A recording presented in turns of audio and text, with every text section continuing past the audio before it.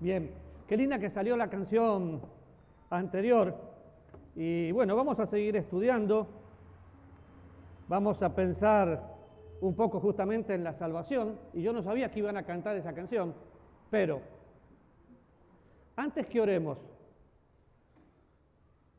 me gustaría que pensemos en lo siguiente. ¿Conversión o salvación? ¿Usted está convertido o usted es salvo? Pero es lo mismo. ¿Será lo mismo? ¿Conversión o salvación? ¿Salvación o conversión?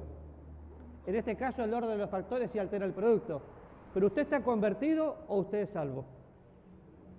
¿Nos ponemos de pie para orar? Amado Dios, en esta mañana te agradezco mucho por esta hermosa canción que acabamos de cantar y porque tu sangre preciosa limpió todos nuestros pecados. Pero queremos en este momento estudiar lo que es la salvación, que es mucho más que un cambio. Habla con nosotros porque te necesitamos en el nombre de Jesús. Amén. Pueden sentarse. Cuando pienso en conversión o salvación, hay gente que llega a la iglesia o va a un campamento o va a una cruzada evangelística y de golpe hace una oración y hace unos cambios, cambia aparentemente de lado, pasa un montón de cambios. Se convirtió. Tiempo después, volvió a lo mismo. Nunca entendió la salvación, solo tuvo un cambio. Iba para allá, fue para allá. ¿Qué pasó con Judas? ¡Ay, se convirtió! ¿Y después? Y después se ahorcó. ¿Saben que es una preocupación? Por eso me alegro que el pastor Álvaro esté enseñando cómo compartir el Evangelio.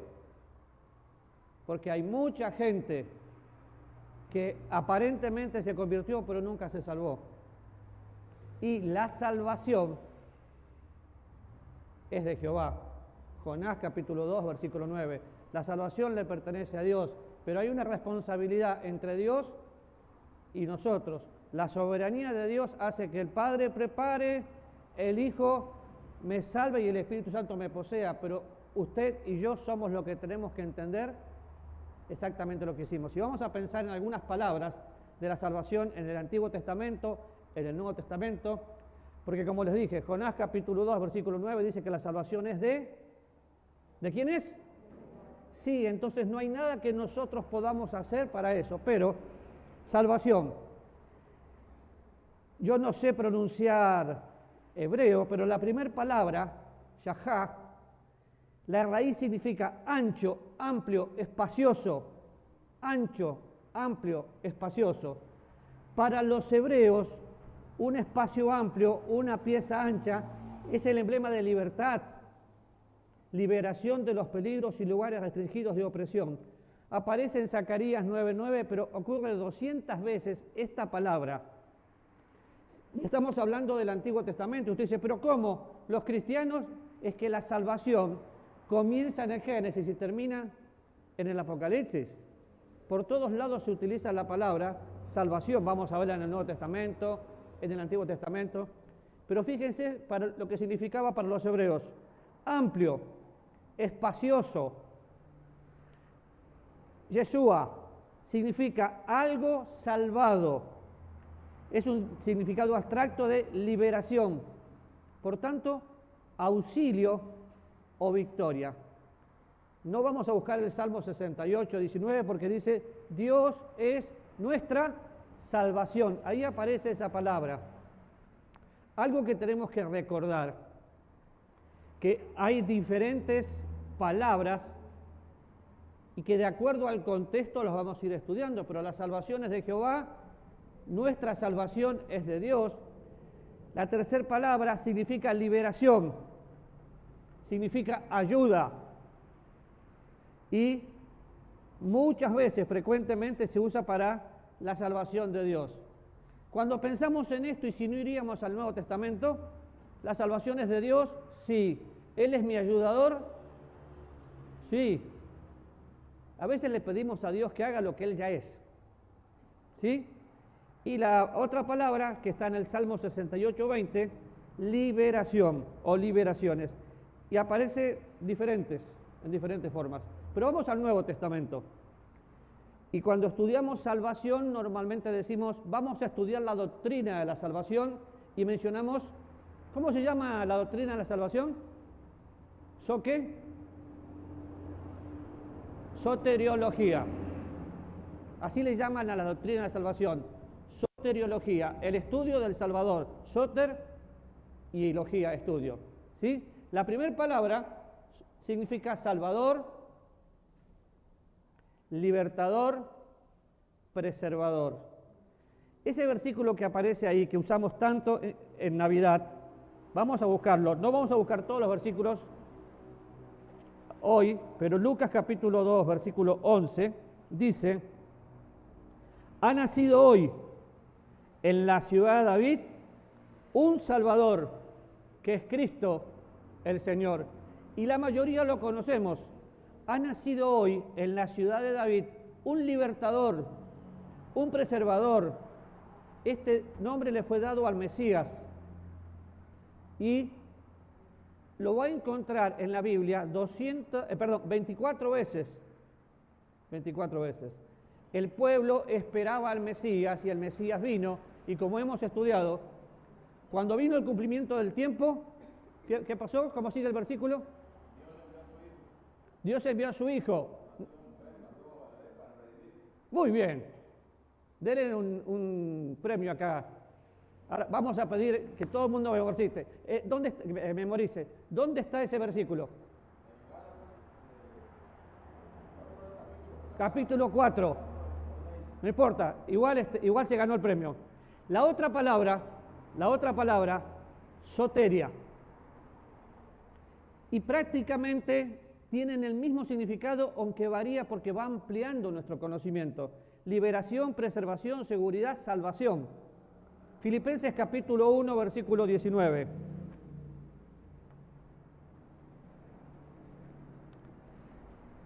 Y mi oración, mi meta, es que usted pueda entender la salvación, no solo decir soy salvo. Dice, y esto pido en oración, capítulo 1, versículo 19, perdón, no 9. Porque sé que por vuestra oración y la suministración del Espíritu de Jesucristo, esto resultará en liberación. Fíjense cómo se usa acá, liberación. ¿Se dan cuenta que no todas las palabras, de acuerdo al contexto, tienen que ver con la salvación? Porque ¿de qué está hablando aquí? De liberación. Por eso siempre le digo, no está el hermano hoy, pero hay un hermano que le gusta mucho tomar versículos de acá, de acá y de acá y de acá. No podemos tomar versículos fuera de contexto. ¿Este versículo habla de salvación? No, habla de liberación. Ahora, ¿la salvación es liberación? Claro, y hasta parece confuso. Lo que pasa es que una cosa es que yo sea libre de la pena del pecado, otra cosa es que yo sea libre de la cárcel. De acuerdo al contexto es como tenemos que estudiar cada palabra. Entonces, la primera palabra significa salvador, preservador. La segunda palabra tiene que ver con liberación. Pero hay una que es muy linda, que está en Tito capítulo 2, versículo 11.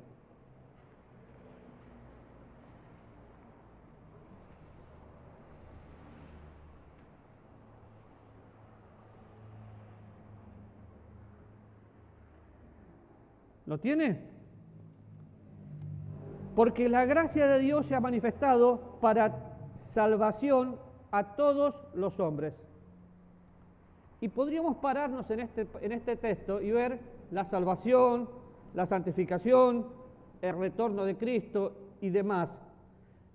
Esta palabra aquí, sozo, ocurre 45 veces. Y cuando yo pienso, se manifestó para traer la salvación. Cuando pensamos en salvación, la gracia vino por medio de Moisés, la ley vino por medio de Moisés. La gracia es cuando se manifestó Jesucristo. Él trajo la salvación. La salvación es algo que nosotros no podemos ganar, no podemos hacer, es solamente por su sangre. Ahora, le voy a leer algunas definiciones, algunas del doctor Scofield y otros, para que podamos entender lo que es la salvación. La primera dice la salvación, anote, salvación es la gran obra ¿de quién? ¿De quién? De Dios, que libra a las personas de la muerte eterna y ¿qué les da? Vida eterna. Esta definición es simple, pero es obra de Dios. Y tal vez tendríamos que pensar, muerte eterna, vida eterna. Un minuto para pensar. Cuando una persona muere sin Cristo, no tiene vida eterna con el Señor, tiene muerte eterna. También es eterna. ¿Qué siente usted? Yo siento un dolor que se me hincha el estómago, me duelen las entrañas, porque sé que no hay retorno. La segunda definición del doctor Scofield dice, salvación es la obra del Dios Padre, Hijo y Espíritu Santo, por la cual el creyente en el Señor Jesucristo es redimido de la maldición de la ley, justificado, librado del dominio del pecado, santificado y finalmente perfeccionado en la imagen de su Señor. ¿Sí? En la Biblia anotada de Scofield está completa esta definición, pero miremos un poquito lo que significa y tal vez podemos entender un poco más. Padre, Hijo y Espíritu Santo, ¿los tres tienen que ver en la salvación? Sí. El Padre, el Hijo y el Espíritu Santo son Dios, pero Dios se hizo hombre a través de Jesucristo, vino a la cruz, y el Espíritu es el que convence de pecado, justicia y juicio para que la persona pueda llegar a la salvación. Pero la salvación hay que entenderla. Otra vez, y lo vamos a repetir muchas veces, la salvación no es levantar una mano, la salvación no es vengo hoy y mañana me he visto diferente, hoy me peiné, ¿se dieron cuenta? Ahí cuando llegué, una hermana dice, ¿se peinó? Sí, hoy sí, pasé por el espejo y me peiné. Y llego a casa y me despeino. Los cambios son temporales. La salvación es eterna. Definitivamente una persona salva va a ser transformada a la imagen de Cristo, pero nunca cambiada. No sé si me lo está entendiendo, pero por lo menos se va a ir pensando. Ahora, fíjense, el creyente del Señor Jesucristo es redimido. ¿Qué era redención? No, después de tantos domingos. ¿Qué significaba redención? Comprar. ¿Qué más? Más que comprar. Él es mi dueño porque me creó, es mi dueño porque me compró, pero una vez que me compra, ¿qué puede hacer qué hace conmigo? Compré este sobre. ¿Sí? El sobre está ahí. Lo compro. O sea, lo estoy poseyendo. El sobre ya es mío. ¿Y ahora qué hago? No lo quiero, lo libero. O lo guardo. La redención es, me compra, me posee, me da libertad. ¿De qué? Libertad de la ley. Él se hizo maldición por nosotros, Gálatas capítulo 3, versículo 13, para que yo sea una bendición. Me libera de la ley. No hay más ley. Y entonces hay un montón de mandamientos que cumplir, pero la ley fue cumplida por Cristo. Ahora, no solo dice eso, dice que me redime de la maldición de la ley, me justifica, justificado pues por la fe tenemos paz para con Dios, ¿por medio de quién? De Jesucristo. Y como es un tema que vamos a estudiar profundamente, simplemente soy declarado justo. Dios tomó mi vida y la intercambió por la de Él. ¿Sí? Soy declarado justo, librado del dominio del pecado. Todos los que estamos acá tenemos el mismo enemigo, la carne, después ¿cuál es el otro? El mundo y Satanás. Una sola palabra fácil, todos luchamos con el pecado, pero el pecado está vencido porque el diablo está vencido. Y el dominio del pecado ya no, si yo quiero vencer al pecado, lo puedo hacer en comunión con Dios. Ahora, ¿Santificado? Sí. Dios me declara justo y también me declara santo. Y solamente pensemos en un ejemplo. La iglesia de Corinto, donde le escribe a cristianos, le escribe a los santos en cualquier lugar, llamados a ser santos. Eran bravos los hermanos, eran pura carne, pero eran santos. Usted y yo somos santos, así que si yo miro ahora para allá, digo, ahí hay un santo, ahí hay una santa, sí, el Señor nos justificó y nos santificó, y un día nos va a glorificar. Cuando la salvación se complete, nos va a glorificar. Nos está preparando para que seamos igual a su Hijo Jesucristo. Nos predestinó para ser conforme a la imagen de su Hijo. Fijó rumbo. Eso es predestinación. La tercera, salvación, es absolutamente de Dios. Es recibida como un regalo, como un don gratuito, a través de la fe, sin las obras. Toda obra de Cristo sobre la cruz a la diestra del Padre, dentro del creyente y en su segunda venida, es esencial para la salvación del creyente. Esto es verdad también de la obra del Espíritu Santo. Pero usted dice, pero qué fácil. Sí, pero hay que entenderlo. Y es lo que quiero y es lo que oro, que todos podamos entender. ¿Es totalmente gratis? Sí. Y justamente porque es gratis, es que a veces no valoramos la salvación. Gratuitamente por gracia, sí, pero a Cristo le costó la vida. La salvación tuvo un precio que nosotros no podemos ni siquiera pensar. Pero dice a través de la fe. Porque por gracia soy salvo por medio de la fe. Y esto no es obra mía. Es un regalo de Dios. ¿Dónde está puesta su fe? La salvación tengo que entenderla. La salvación me lleva a sentir la convicción de pecado y por consecuencia voy a necesitar a Cristo. Pero es mucho más que una oración.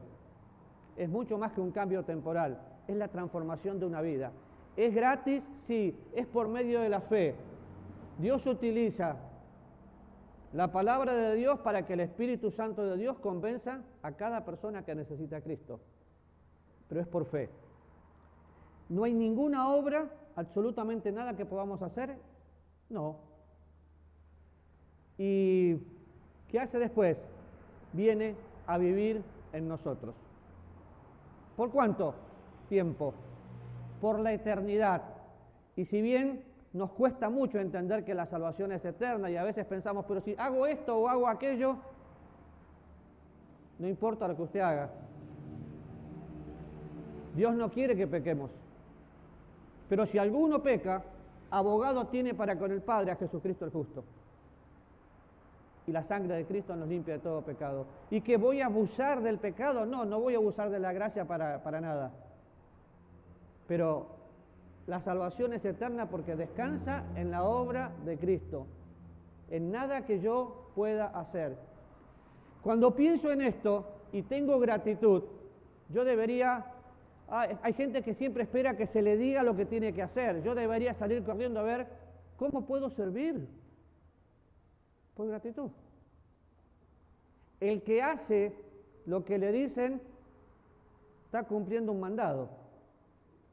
El que le nace hacer algo lo hace en forma natural. Y podemos pensar la salvación en 3 tiempos, aunque yo entiendo perfectamente, y no dudo que usted también, que la salvación es eterna y Dios es sin tiempo, atemporal. Pero para que lo podamos entender, salvación pasada, salvación presente, salvación futura. Sí.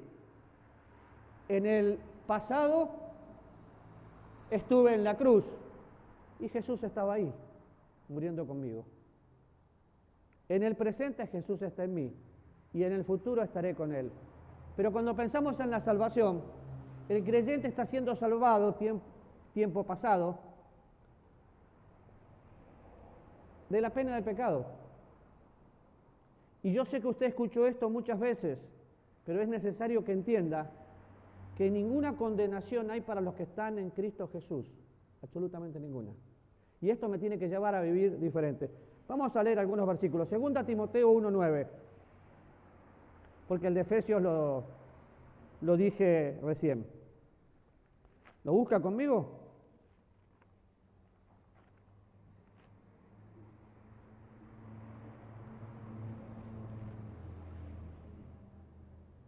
¿Lo tiene? Quien nos salvó y llamó con llamamiento santo, no conforme a nuestras obras, sino según el propósito suyo y la gracia que nos fue dada en Cristo Jesús antes de los tiempos de los siglos. Mire un poquito, ¿no? ¿Qué hizo el Señor? Me salvó. De hecho, permítame leer el versículo 8. Por tanto, no te avergüences de dar testimonio de nuestro Señor, ni de mí preso suyo, sino participa de las aflicciones por el Evangelio, según el poder de Dios.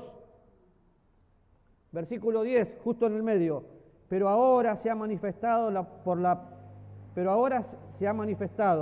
la aparición de nuestro Salvador Jesucristo, el cual quitó la muerte y sacó la vida y la inmortalidad por el Evangelio.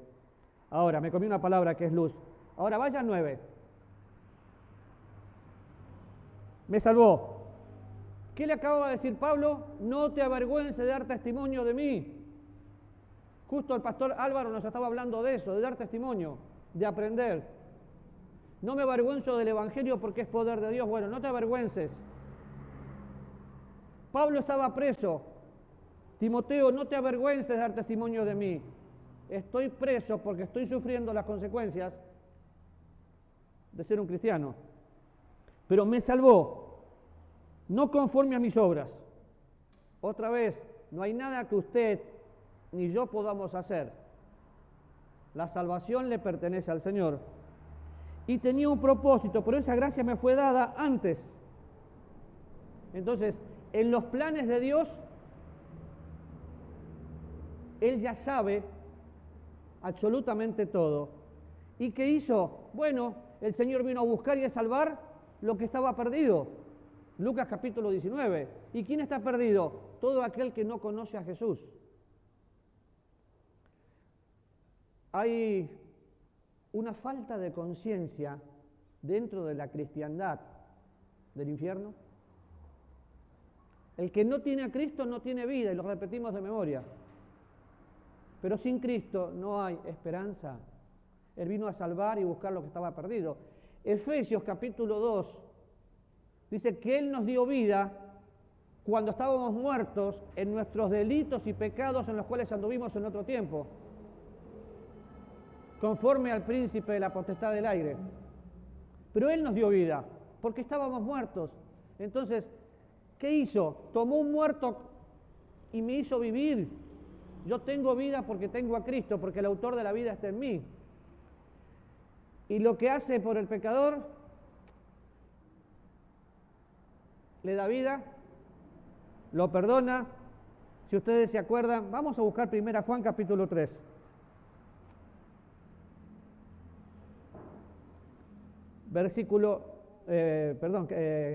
Capítulo 3 de 1 Juan.